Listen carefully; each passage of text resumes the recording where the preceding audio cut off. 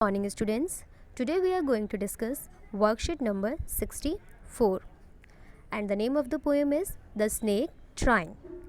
जैसा कि देख रहे हैं बच्चों, क्या नाम है बच्चों पोएम का? The snake trying which is written by W.E. Ross. इसमें क्या है कि जनरली बेटा हम क्या सोचते हैं कि जो सांप होते हैं वो बहुत ही ख़तरनाक होते हैं और अपने आप को बचाने के लिए हम उसे मारने की कोशिश करते हैं, जबकि इस पोएम में हम देखेंगे कि जो सांप है वो बहुत ही क्या है, इनोसेंट है, बहुत ही मासूम है और वो अपने आप को बचाने की कोशिश कर रहा है।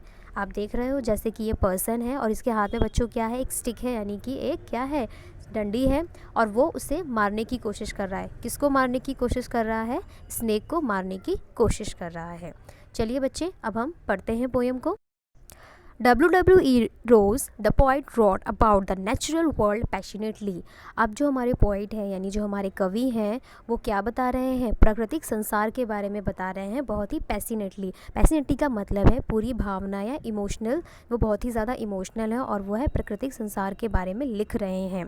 इन the poem the snake trying, snake has been depicted as the victim. Snakes in general belief are considered symbols of death because they are poisonous. अब क्या होता है जनरली बेटा, हम क्या मानते हैं कि जो सांप होते हैं ना वो क्या होते हैं, वो डेथ का एक सिंबल है और क्योंकि हम उससे ज़्यादा बहुत डरते हैं। और क्यों डरते हैं? क्योंकि वह बहुत जहरीले होते हैं, तो हम अपने आप को बचाने के लिए उसे मारते हैं।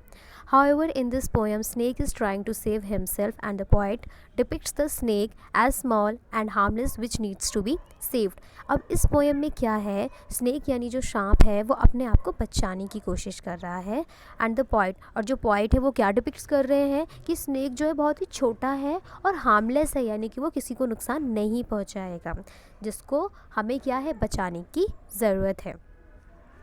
Now we read the summary. The snake who has been lying on the sandy bank of a water body, a pond or a stream, is trying to escape from the man pursuing it with a stick. अब जो सांप है बेटा वो कहाँ पर है? वो किसी भी तालाब या धारा के सैंडी बैंक यानी रेतीला जो किनारा होता है वहाँ पर क्या है, लेटा हुआ है और क्या कर रहा है, अपने आप को बचाने की कोशिश कर रहा है। क्यों बचाने की कोशिश कर रहा है? क्योंकि वहाँ पर एक आदमी है जिसके पास एक स्टिक है और वो स्टिक से उसे मार रहा है। As it gracefully glides away, curving its thin long body, the snake looks very beautiful. जैसा कि हम देख रहे थे पिक्चर में कि जो ये स्नेक है वो कितना ब्यूटीफुल है। जैसा कि आप देख रहे हैं ये जो स्नेक है वो कितना ब्यूटीफुल है।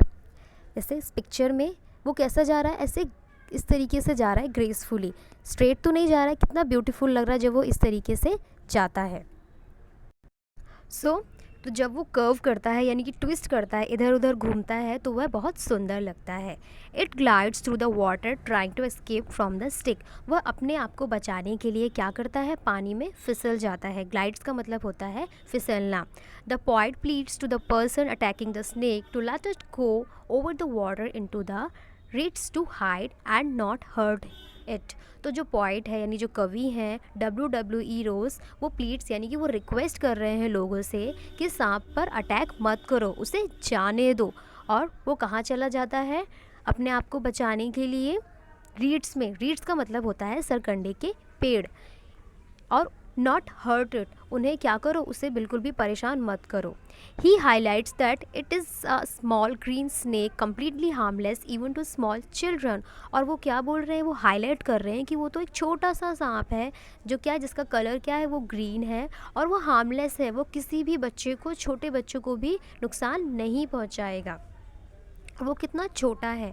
The snake lies on the sand until it is observed and it is chased away.